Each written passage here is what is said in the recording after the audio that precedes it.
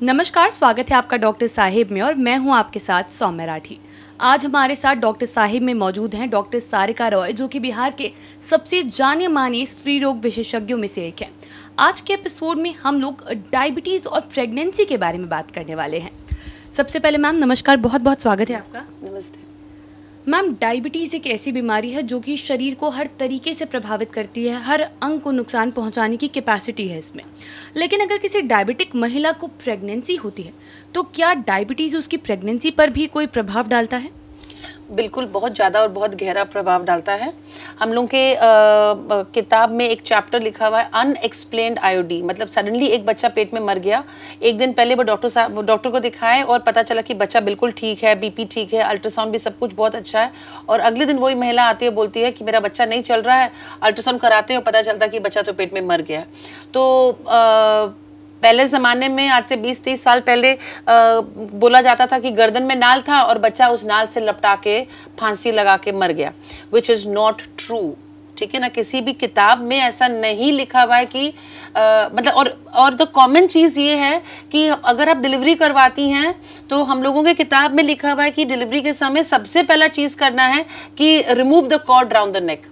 It means कि cord round the neck, गर्दन के अराउंड नाल, कितना कॉमन चीज़ है, पर बच्चा पेट में मरना कॉमन चीज़ नहीं है। तो इसलिए ये भ्रांति मत रखिए दिमाग में कि गर्दन में नाल होने के कारण बच्चे की मौत होती है पेट में। पर क्योंकि पहले ज़माने में ये समझ नहीं थी, इनफैक्ट पहले ज़माने में अगर बच्चा कम चलता था, हमको याद है कि डॉक्टर लोग 5% डेक्सट्रोज मतलब चीनी का पानी चढ़ाते भी थे और पीने के लिए भी बोलते थे। तो ये कितना हम लोग घातक काम कर रहे थे, ये तो डाउन द लाइन अब समझ में आ रहा है लोगों को। शुगर जो होता है ये अचानक बच्चे का मौत कराता है पेट में, इसलिए इससे तो बिल्कुल ही बचना चाहिए। एंड फेफड़ा नहीं मजबूत होने देता है बच्चे का। तो 9 महीने का बच्चा होने के बावजूद भी जो बच्चा होता है वो इमेच्योर्ड लंग्स के साथ पैदा होता है, वेंटिलेटर की ज़रूरत पड़ सकती है या हो सकता है बाहर सरवाइव नहीं करे। फिर बच्चे का साइज़ इतना बड़ा हो जाता है जिसको हम लोग मैक्रोसोमिया कहते हैं कि नॉर्मल डिलीवरी अधिकांश संभव नहीं हो पाती और ऑपरेशन करना पड़ता है। इसलिए शुगर तो हर तरह से बच्चे के लिए बहुत ही ज़्यादा घातक है।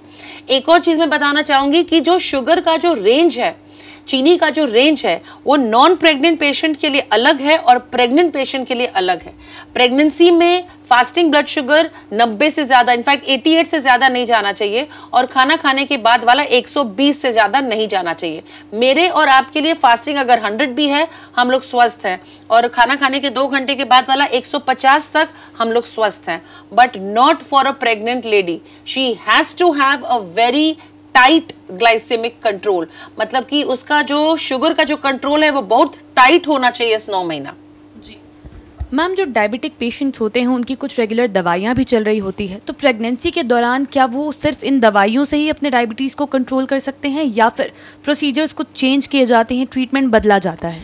जी बिल्कुल, देखिए ये मेरा मानना है।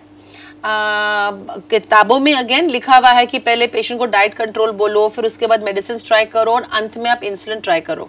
पर जब हम प्रैक्टिस करते हैं और हम ये देखते हैं कि जब तक मैं किसी पेशेंट को डाइट बोली हूँ और मेडिसिन बोली हूँ, तब तक तो उसका 9 महीना पार हो गया और बच्चा is ready to be delivered and the damage is done. बच्चे को जो नुकसान होना था वो नुकसान हो गया। अगर मुझे या आपको डायबिटीज़ होगा तो पहले डाइट, फिर एक्सरसाइज, फिर मेडिसिन, फिर लंद, फिर फंद, फिर उसके बाद अगर कंट्रोल नहीं होगा तो 5-10 साल के बाद इंसुलिन पे हम लोग आते हैं। बट प्रेगनेंसी में वी डोंट हैव टाइम।